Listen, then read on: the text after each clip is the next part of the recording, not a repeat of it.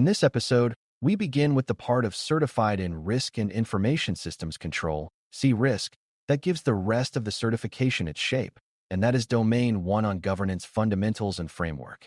For a brand new learner, governance can sound like one of those formal words people use in meetings without really explaining it, but the idea behind it is practical and easy to relate to. Governance is about how an organization decides what matters, who has authority, who is accountable, and how leaders make sure important risks are seen and handled in a way that supports the business. That makes this domain far more than a set of definitions. It is the foundation that explains why one risk gets attention before another, why some controls are required while others are optional, and why the same technical issue can matter very differently, depending on the organization involved. If you understand this domain clearly, the rest of CRISC starts to feel less like a pile of topics and more like one connected story about how organizations make disciplined decisions. Before we continue, a quick note. This audio course is a companion to our course companion books.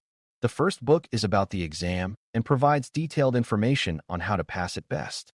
The second book is a Kindle-only ebook that contains 1,000 flashcards that can be used on your mobile device or Kindle. Check them both out at cyberauthor.me in the Bare Metal Study Guide series. A simple way to understand governance is to think of it as the system that gives direction and boundaries to the organization. It tells people what the business is trying to achieve, what kinds of behavior are expected, how major decisions should be made, and how leaders know whether the organization is staying on course.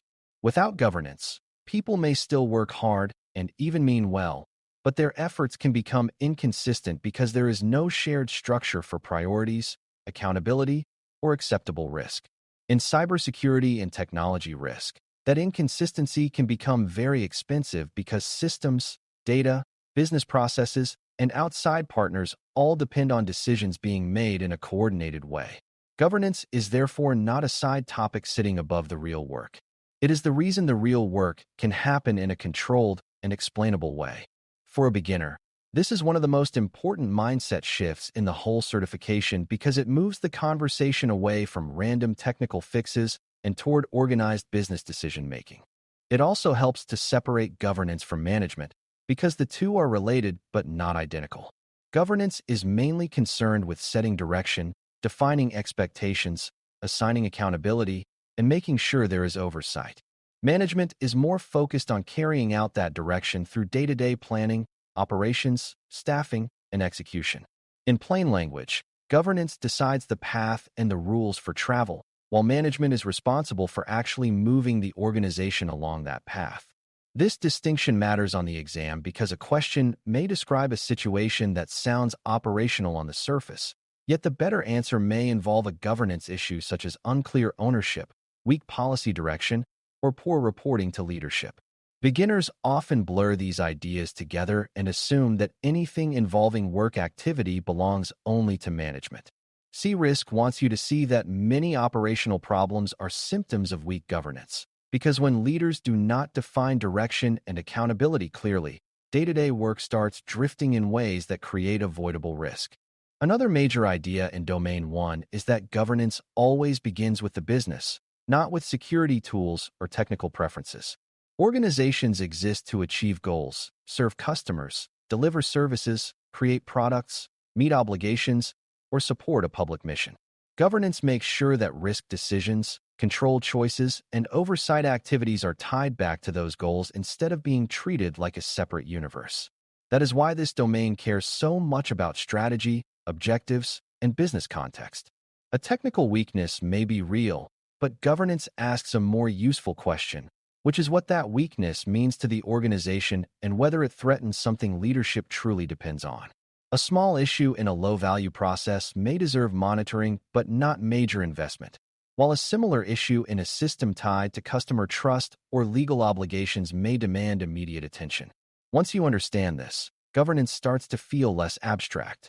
It becomes the practical discipline of making sure business importance shapes risk attention rather than letting noise, habit, or personal opinion drive decisions.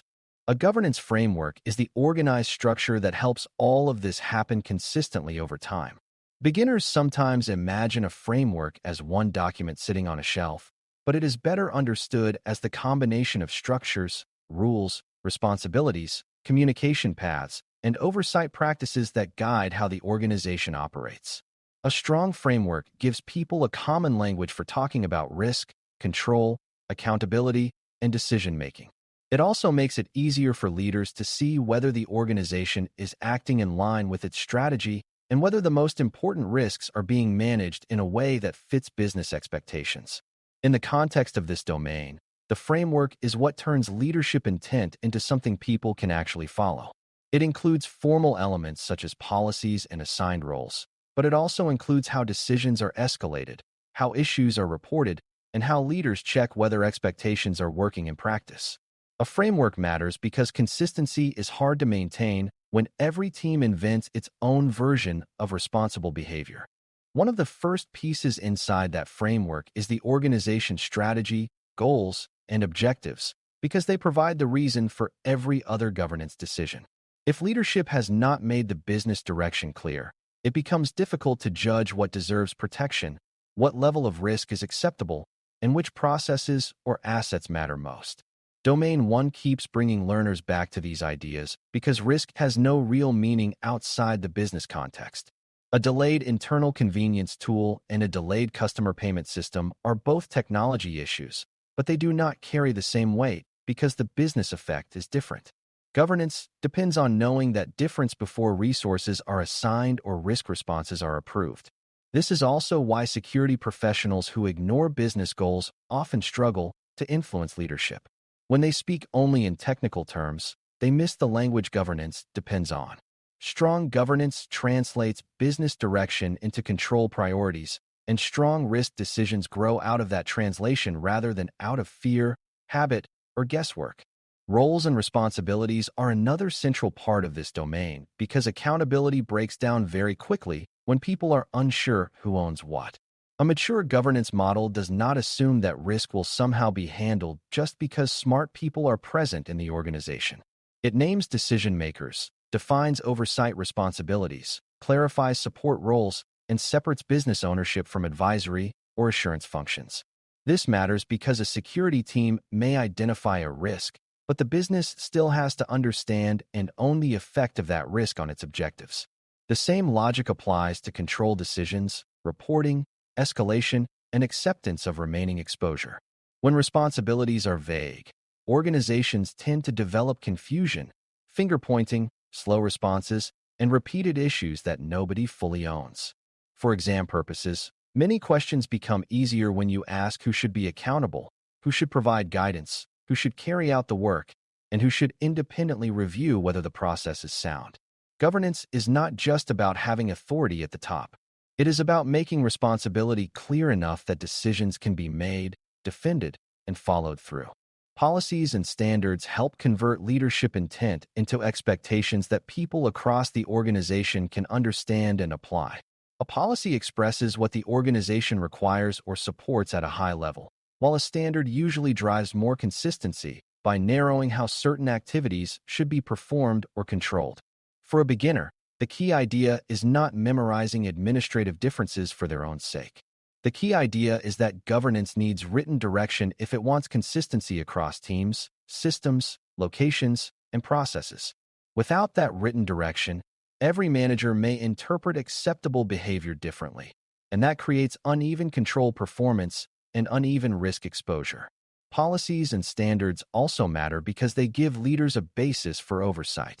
It is much easier to ask whether expectations are being followed when those expectations have been clearly defined. On the exam, these documents are rarely treated as meaningless paperwork. They are governance tools that help align daily activity with business needs, legal obligations, and risk decisions. Their real value comes from clarity, support, and consistent use, not from their existence alone. Culture is one of the less visible parts of governance, but it is often one of the most powerful. An organization can have impressive charts, strong policy language, and carefully described roles, yet still struggle if the culture quietly rewards speed over discipline, silence over escalation, or convenience over accountability. Domain 1 includes culture because governance is never only about what is written down. It is also about what people believe will actually be supported, tolerated, or ignored when real pressure appears. If employees think reporting a weakness will create blame, they may hide it. If managers believe deadlines matter more than control expectations, they may work around the framework instead of through it. A healthy governance culture encourages honesty, responsible escalation, respect for process, and serious attention to business impact. For a beginner, this is an important reminder that risk management is deeply human. People make choices inside the framework, and their daily choices determine whether governance remains alive in practice or becomes a formal structure that looks strong from a distance but fails when tested. Business processes and organizational assets belong in the same conversation because governance exists to support the actual work and value of the organization, not to sit above it as an isolated control exercise. A business process is the set of activities used to deliver a service, move information, complete a task, or create value, and assets are the information, applications, infrastructure, people, facilities, intellectual property, and relationships those processes depend on.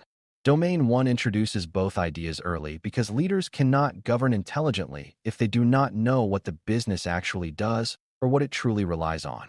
A control issue in a low-impact support process does not usually deserve the same response as a control issue affecting revenue, sensitive records, or a mission-critical service. Good governance, therefore, depends on understanding where important work happens, which assets are most valuable or sensitive, and how disruption, misuse, or failure would affect the business. This process and asset awareness helps leadership set priorities, allocate attention, and avoid treating every system, team, or data set as if it carries the same level of importance. Once that picture is clear, later risk assessment becomes much more grounded and much less guess-based. Another major governance concept is the idea of acceptable risk boundaries, even at this overview stage. An organization cannot function if it treats every possible risk as equally intolerable, because that mindset would stop innovation, slow operations, and drain resources without improving judgment. Governance helps define how much uncertainty the organization is willing to accept as it pursues its goals, and how leaders want major exposure decisions to be reviewed. This does not mean the organization becomes careless. It means leadership sets boundaries so that teams know when they can proceed, when they need more oversight, and when a situation requires escalation or formal approval. For a beginner, this is one of the clearest signs that governance is about decision quality rather than blanket restriction. Good governance does not demand maximum control everywhere. It demands informed, consistent, and accountable choices about where control is necessary and where the business can tolerate some exposure. That understanding becomes extremely important later in the certification, but Domain 1 introduces the logic early because without boundaries, risk conversations become emotional, inconsistent, and difficult to govern. Reporting and communication are also essential parts of the governance framework because leaders cannot oversee what they cannot see. A governance system needs reliable ways to move important information upward, outward, and across the organization so that decision-makers understand current conditions, major issues, and whether expectations are being met. This includes reporting on control performance, policy adherence, emerging concerns, and the status of significant risk decisions. The point is not to produce endless documents. The point is to support judgment. A useful report helps the right audience understand what matters, why it matters, and whether action is needed. Poor reporting does the opposite by hiding urgency under too much detail or reducing serious business concerns to vague summaries that do not guide anyone toward a decision. Domain 1 introduces this communication focus because governance depends on visibility. If leadership sets direction but receives weak information in return, the framework becomes one-sided. Strong governance includes a feedback loop where issues can be raised, interpreted, and acted on before they grow into more serious failures. A simple example can make all of this feel more concrete. Imagine a healthcare organization that depends on a scheduling platform, patient records, billing systems, and outside service providers to deliver care. Governance in that environment would not begin by asking which technical tool seems most advanced. It would begin by identifying the organization's goals, understanding which processes are critical to patient care and revenue, clarifying who owns those processes, establishing policies for sensitive information, and defining how leadership wants major risks reported and escalated. From there, the framework would help determine which systems and data deserve the most attention, which control expectations cannot be ignored, and how different teams should coordinate when weaknesses appear. If the culture encourages quick workarounds and poor communication, even strong technology may not protect the organization well. If the framework supports accountability, reporting, and business-aligned priorities, the organization is in a much better position to notice problems early and respond with discipline. That example shows why governance is not just theory. It directly shapes how well the organization can protect what matters while still carrying out its mission. By the time you finish Domain 1, the most important thing to understand is that governance fundamentals and framework are really about creating the conditions for sound risk management before specific risks are even discussed in depth. Governance gives the organization direction, defines accountability, connects security concerns to business goals, and builds the structures that allow risk decisions to be made consistently over time. It includes strategy, roles, policies, culture, processes, assets, reporting, and decision boundaries, all working together rather than as isolated pieces. That is why this domain matters so much at the beginning of CRISC. It teaches you that strong risk work is never just about reacting to problems after they appear. It starts much earlier with leadership intent, business awareness, and an organized framework that helps people make responsible choices.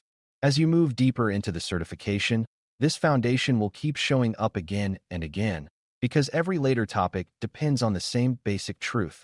Organizations manage risk better when governance is clear, connected to the business, and strong enough to guide real decisions under pressure.